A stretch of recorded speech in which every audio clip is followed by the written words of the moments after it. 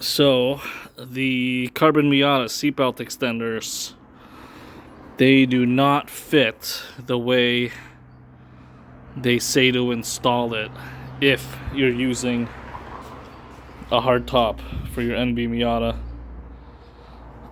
So, as you can see,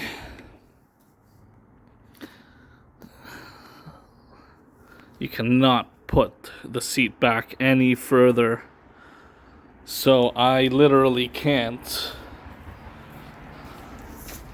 I cannot sit properly in the car.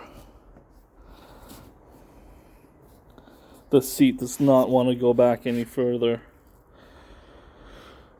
So what I'm going to try and do is flip them,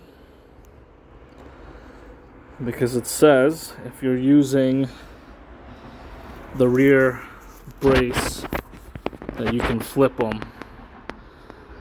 So if I flip the two, this portion that's gonna have some clearance here will be on this side, and I can push it in some more so I can put my seat back. But right now, the way they say to install it, it does not